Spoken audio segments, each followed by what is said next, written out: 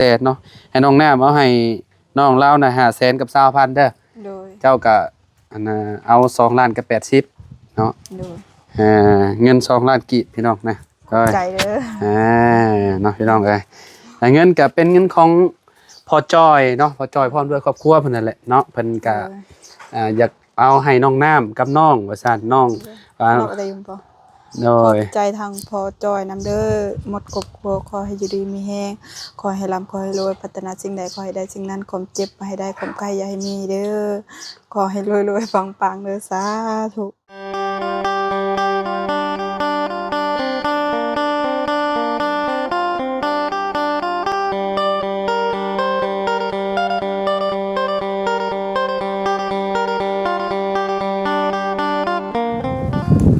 กราบสบายดี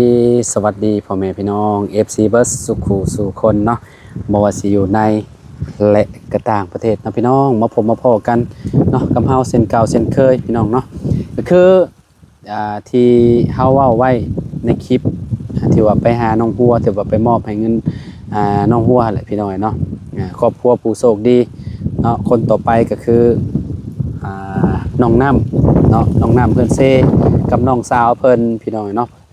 พอดีว่าทางพอจอยเพิ่นเนาะอยากให้เงินน้องน้ำเนาะ$100แล้วก็ให้ทางน้องของน้องน้ำน่ะ$25พี่น้องเนาะโอ้ถือว่าเป็นความโชคดีของน้องน้ำกับน้องเพิ่นเนาะก่อนอื่นก็ต้องขอบคุณเนาะทางพอจอยพร้อมด้วยครอบครัวหลายๆเด้อเนาะที่ให้ลูกเป็นสะพานบุญให้เนาะก็ขอให้พอจอยพร้อมครอบครัวอยู่ดีมีให้ความเจ็บบ่ให้ได้ความไข่บ่ให้มีปรารถนาสิ่งใดก็ขอให้ได้สิ่งนั้นเด้อเนาะนอนหลับให้ได้เงินหมื่นนอนตื่นให้ได้เงินแสนบ่ว่าพอสิเฮ็ดการงานหยังธุรกิจหยังก็ขอให้เจริญในหน้าที่การงานตลอดปีและตลอดไปเด้อพอเด้อเนาะขอบคุณหลายๆที่ให้ลูกเป็นสะพานบุญให้เนาะเพิ่นก็อยู่ทางต่างประเทศพุ่นแหละพี่น้องเนาะทางพอจอยเนาะบัดนี้เดี๋ยวเราเข้าไปหาทางน้องน้ำกับน้องสาวเพิ่นก่อนพี่น้องเนาะบ่ฮู้ว่าน้องเพิ่นสิดีใจส่ำใดพี่น้องเนาะก็มื้อนั้นก็ได้มาถ่ายทำอยู่ได้เนาะถ่ายทำมื้อกินกุดนะพี่น้องเนาะกินตุจีนเนาะทางเฮือนน้องน้ำเพิ่นก็ได้ชิ้นงัวนะพี่น้องแล้วก็ลุงเฮิมมันก็ได้มาปิ้งเนาะปิ้งแล้วก็พากันกินพี่น้องเนาะประมาณนี้แหละเนาะเดี๋ยวเข้าไปหาทางน้องน้ำกับน้องสาวเพิ่นเนาะอยู่เฮือนอยู่ซานเพิ่นพุ่นแหละพี่น้องโดยพี่น้องเนาะโดยสบายดีพากันเฮ็ดหยังกันนี่สบายดีล่ะกำลังนึ่งข้าวเนาะพี่น้องเอ้ยเนาะไปโรงเรียนมาแล้วเห็นบ่มื้อหยุดเนาะวันเสาร์พี่น้องเอ้ยนึ่งข้าวหลายเด้อนี่พี่น้องเอ้ยพอเต็มหมดเลยนี่เนาะทางเอื้อยเพิ่นเฮ็ดหยังเอื้อยเจ้าโมเมนต์เก็บผักบ่เลือกผักอยู่บ่เฮ็ดจังไดเนาะเราอันนั้นเป็นได้พี่น้องเอ้ยเนาะนึ่งข้าวนึ่งหยังเป็นทุกอย่างเลยก็คือแบบเฮ็ดเวียกซอยพ่อแม่ได้เลยพ่อกับแม่ไปใช่ละพ่อกับแม่ไปเอาผักกูดมาขายบ่คักเสียเนาะพากันเฮ็ดหยังกันนี่นะสิทอดไข่บ่แม่นทอดปลาไม่ใช่ปลาได้มาแต่ใช้นี่น้ำนองไปอันนั้นเอาสอนเอาบ่พี่น้องเอ้ยเนาะโอ้เราพากันหนึ่งข้าวชุกแล้วพากันอุปลานะพี่น้องเนาะอุกินเนาะจะไปแต่ละมื้อจะได้เงินจากพันน่ะล่ะ2,000บ่ไผเอาให้แม่เอาให้โดยบ่ได้ขอน้ำเอ้ยบ่เอ้ยบ่มีให้แม่พี่น้องเอ้ยเนาะออกมาข้างนอกก่อนฮ้อนแห้งเลยพี่น้องเอ้ยเนาะเอาไปผู้ไปน้ำเอื้อยเจ้าผู้เนาะพี่น้องเอ้ย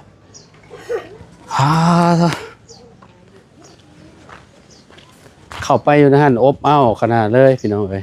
ฮ้อนโอ้ซื้อรถคันใหม่บ่นี่คือหลายคันแท้ก็จะมาฝากเมียนโอ้ยสบายดีเด้อหักกะมาบ่โดยเขาอนุญาตได้เนาะ คือสิเฮ็ดหยังนี่สิเฮ็ดแบบใดนี่อันนั้นเอาบ่ กาดส้ม สิไปคั่นบ่ แม่น มันก็แก่เบิดแหละ มันแก่มันเฒ่าแล้ว เฒ่าคือคนนี่เนาะ แม่น โอ้ยพี่น้อยเนาะอายุหลายแล้วก็นับมื้อแล้วบ่ว่าไผแหละพี่น้อยเนาะบ่ว่าเจ้าและบ่ว่าข่อยแหละพี่น้องเอ้ย มันสิเฒ่าแล้ว นับมื้อนับเท่ามื้อนั้นก็ได้พ่อกันอยู่พี่น้องเอ้ยเนาะน้องน้ำมื้อนั้นกินอิหยังบ่กินกุดบ่ บ่ได้กินกุด กินงัวละล่าเนาะ แม่น งัวที่ว่ากระเจ้าอีหยัง เขาขายดินทรายเลย เจ้าขายแห่ทรายให้เวียดบ่ แม่น อ๋อแล้วกระเจ้าก็คือแบบเงินแบบสมมุติว่าแบ่งกันนี่ยันบ่พอกันเนาะ แม่นบ่พอเขาก็ซื้องัว ก็เลยซื้องัวมากินถึกมื้อมันพอดีเลยแหละพี่น้องเอ้ยเนาะ ก็เลยว่าเห็นชำกินกุดจีนแหละนั่นพี่น้องนะที่จริงก็บ่แม่นพี่น้องเอ้ยเนาะ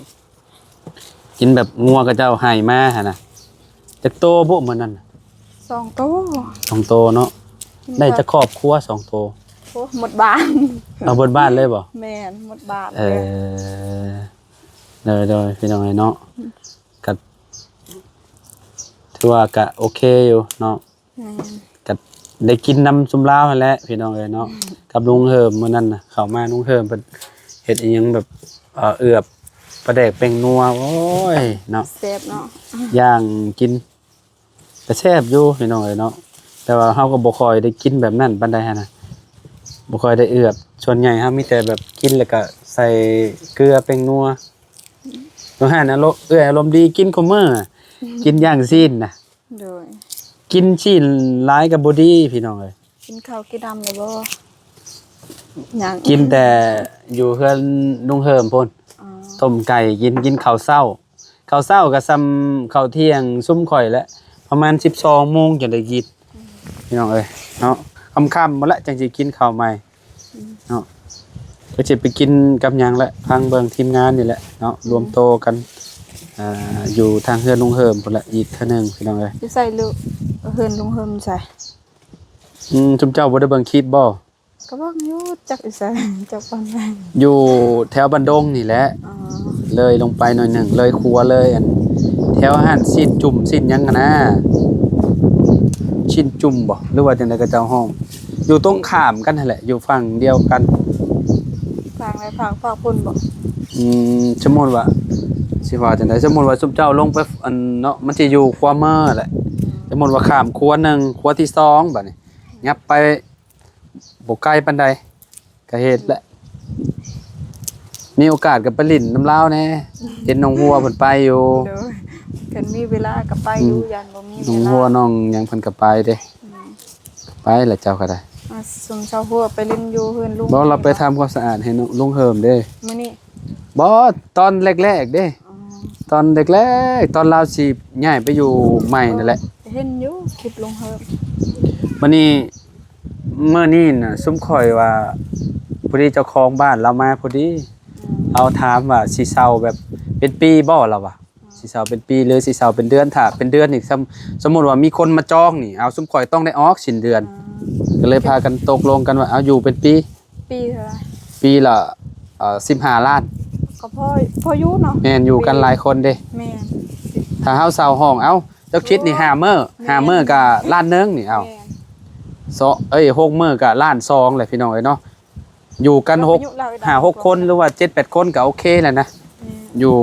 พี่น้องเอ้ยเนาะก็นี่แหละ พออยู่เลย พากันรวมกันอีกเทื่อนึงพี่น้องเอ้ยเนาะสิที่แน่ๆเฮา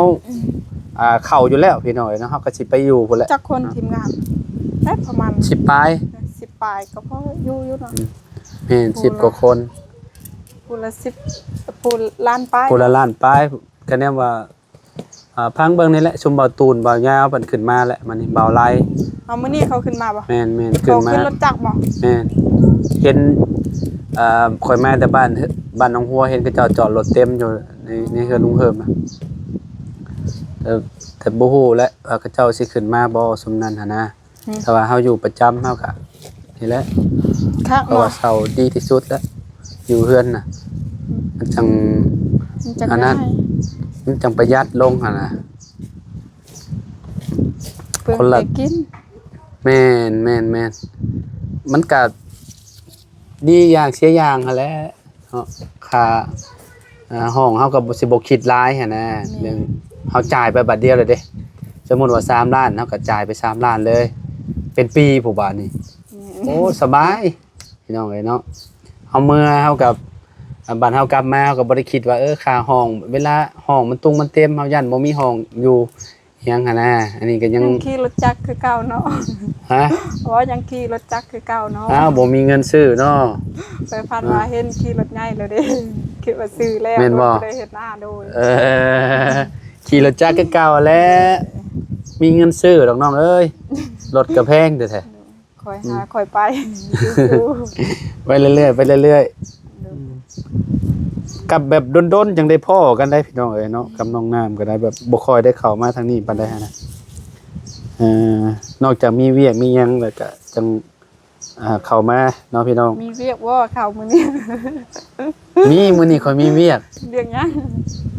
ข่อยบ่บอก แม่เจ้าไปไส แม่ไปสวน เราอัน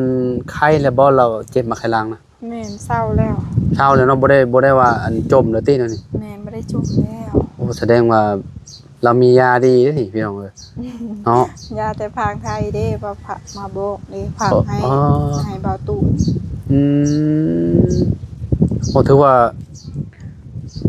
บ่เป็นหยังแล้วบัดนี้เนาะ แม่ ไข้นี่แหละเนาะ แม่ โอ้พี่น้องเอ้ยเนาะคักแล้วซะเนาะเอาเฮ็ดเวียกได้สะดวกแล้วบัดนี้เนาะ อืม บ่ค่อยจมเจ็บปานใดเนาะ โดย อืมใช่อันน้องอันนั้นเด้น้องเจ้าชื่อหยังข่อยลืมชื่อแล้วล่ะ ก็ไปใส่ยำไปเล่นแล้ว บ่ได้เห็นเรามาได้นี่ใช้เราน่ะ แล้วมันพวง เด้เนาะโว้ยเนาะตกใจเบิด พี่น้องไอ้เนาะกะเบอเนาะน้องน้ำว่ามีหยังว่ามีเวียกหยังบ่ว่าซั่นเนาะนี่แหละบ่ได้มีหยังหลายดอกเนาะแต่ก็มีรางวัลให้เจ้าหั่นแหละรางวัลยัง ฮะ รางวัลยัง รางวัล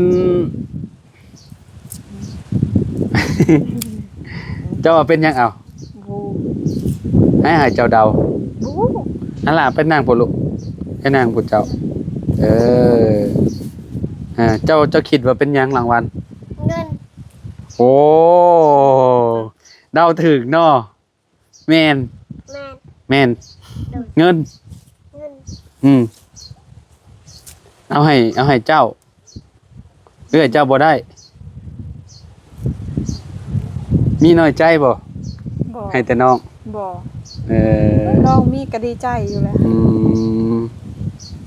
คือสิบ่เครียดติเนาะให้แต่น้อง ไปสิเครียดน้องมีก็ซ้ำค่อยมี โอเคพอหยอกซื่อๆทั้งทั้งน้องหาได้เบิดเนาะได้เบิด2หั่นแหละเดี๋ยวไปเอาเงินก่อนพี่น้องเอ้ยเนาะพี่น้องเอ้ยเนาะตอนนี้ก็สิมอบเงินให้ทางน้องน้ำกับน้องหยังก่อนน้องเจ้าชื่อน้องโป้งน้องยุ่นน้องยนต์ โดยซื้ออีหลี ชื่ออีหลีน้องยนต์เนาะค่อยเข้ามาแต่ดนแล้วนะพี่น้องแต่ว่าก็บ่รู้จักชื่อลาวหั่นน่ะชื่อน้องยนต์เนาะชื่อแท้น้องยนต์พี่น้องเอ้ยเนาะก็คือเงินน่ะ2 ล้านกับ600,000พี่น้องเนาะเพราะว่าของน้องน้ำ100 เหรียญก็ได้อยู่2 ล้านกับ80,000แล้วก็อีก25ดอลเนี่ยได้อยู่500,000กับ20,000กีบเนาะเฮาก็เลยได้มารวมๆกันกับ2 ล้านกับ600,000เนาะให้น้องน้ำเอาให้น้องลาวน่ะ500,000กับ20,000เด้อ โดย เจ้าก็เอา2 ล้านกับ80เนาะ โดย เงิน2 ล้านกีบพี่น้องนะก็ ใจเด้อ เนาะพี่น้องเอ้ยแต่เงินก็เป็นเงินของพ่อจอยเนาะพ่อจอยพร้อมด้วยครอบครัวเพิ่นนั่นแหละเนาะเพิ่นก็อยากเอาให้น้องน้ำกับน้องว่าซั่นน้อง เราอะไรอยู่บ่ โด ขอย บใจทางพอจอยนำเด้อหมดครอบครัวขอให้อยู่ดีมีแฮงขอให้ร่ำขอให้รวยพัฒนาสิ่งใดขอให้ได้สิ่งนั้นความเจ็บมาให้ได้ความไข้อย่าให้มีเด้อขอให้รวยๆปังๆเด้อสาธุและขอบใจทางอ้ายนำขอให้อยู่ดีมีแฮงขอให้ร่ำขอให้รวยพัฒนาสิ่งใดขอให้ได้สิ่งนั้นความเจ็บมาให้ได้ความไข้อย่าให้มีเด้อสาธุ โดยทางน้อง เอาไม้ให้น้องจะดู ให้น้องเพิ่นอวยพรให้ๆเนาะทางพ่อจอยเด้อล่ะเด้อ ตังพ่อจอยให้ลำให้ขอบใจเด้อที่ให้เฮาเงิน ขอให้ร่ำให้รวย ขอให้ลำให้รวยเด้อ ให้โชคให้มาน ให้โชคให้มาน ให้ถูกเลขรางวัลที่หนึ่ง ให้ถึกเลขรางวัลที่หนึ่ง โอเคเนาะ สาธุ เนาะพี่น้องเอ้ยเนาะก็ทั้งพ่อเพิ่นน่ะอยากให้ทั้งน้องมนต์บ่น้องหยังก็ เด้อ ชื่อมนต์บ่อันน้องจังนี่ น้องโปงน้องยนต์ น้อง ยนต์ น้องโป่งเนาะ โดย เอาไว้ใช้นี่แหละตอนไปโรงเรียนเด้อทุนการศึกษาว่าซั่นเนาะพี่น้องเอ้ยเนาะทางน้องน้ำก็เอาไว้ใช้ในยามจำเป็นนั่นแหละเนาะ โดย ก็เวลาเฮาบ่สบายคือว่าแหละคนเฮามันก็บ่แน่บ่นอนพี่น้องเอ้ยเนาะถ้ามีเงินไว้ก็ดีคือกันเนาะเก็บไว้ในยามจำเป็นนั่นแหละเนาะพี่น้องเอ้ยก็คือเพิ่นก็ใจดีได้พี่น้องขนาดว่าเฮาบ่ได้รู้จักกันเนาะเพิ่นก็ยังให้เงินมาหั่นน่ะ แม่น แม่นบ่น้องน้ำ แม่น พี่น้องแท้ๆบางคนก็มีอยู่ก็เจ้าก็บ่ให้บางคนก็ได้เนาะ ก็ให้ แสนหนึงก็ยังอย่างเงี้ย แสนหนึ่งโอ้ยบุญเด้อ แสนหนึงก็ยังอย่างเงี้ยเขาว่าเนาะ แม่น แต่ว่าอันนี้นี่คือแบบเพิ่นใจบุญใจกุศลน่ะนะเพิ่น แม่น พอมีเพิ่นก็บี้แบ่งให้พี่น้องเอ้ยเนาะก็เพิ่นก็มีผู้ประคุณเป็นแบบคนที่ว่าเพิ่นมีประคุณกับเฮาหั่นนะพี่น้องเอ้ยเนาะที่ว่าน้องน้ำมีเฮือนมีซ่านนี่ก็ย้อนผู้ใหญ่ใจดีได้พี่น้องเอ้ยเนาะตะกี้แต่ก่อนก็เบิ่งกว่าอันไปเบิ่งคลิปเก่าๆได้เนาะ FC ที่เข้ามาเบิ่งใหม่นะพี่น้องเอ้ยพิมพ์เข้าไปว่าน้องน้ำเพิ่นเซ่เนี่ยก็สิพ้อเลยเนาะคลิปน้องน้ำตะกี้น่ะยังจำได้อยู่บ่ จำได้อยู่ ผ่านมาครบ1ปีพอดีเนาะ แม่น ฮอด1ปีเลยพี่น้องไวเลยป้าโตตะกี้แต่ก่อนกับทีมงานเข้ามาแล้วก็พากันยืนเต็มอยู่นี่แหละจักมองได้จำภาพบ่ได้เลยว่าเฮือนเจ้าอยู่มุมใด มุมนี่บ่ เนาะ เนาะมุมนี้บ่ แม่น น่าสิแถวนี้แหละพี่น้องเอ้ยเนาะเพราะว่าตะกี้แต่ก่อนมันสิอยากค่อยๆนิดนึงเนาะ แม่น อันนี้เพิ่นปรับดินเด้อื มุม ม นี่ล่ะเราเข้า โอ้พี่น้องเอ้ยเนาะก็เปลี่ยนแปลงไปหลายพี่น้องเนาะชีวิตก็ดีขึ้นเนาะ โดย ดีขึ้นก็บ่ได้ลิ้นล้นหาเงินเฮ็ดเฮือนน่ะนะพี่น้องมีแต่หาเงินซื้อข้าวเนาะซื้อข้าวกินพี่น้องเอ้ยเพราะว่าซุมเพิ่นนี่อยู่กันหลายคนเนาะก็ต้องซื้อข้าวเนาะปลูกมันเฮ็ดไร่เฮ็ดสวนพี่น้องเอ้ยเป็นไงล่ะดีใจบ่ได้เงินน่ะโอเค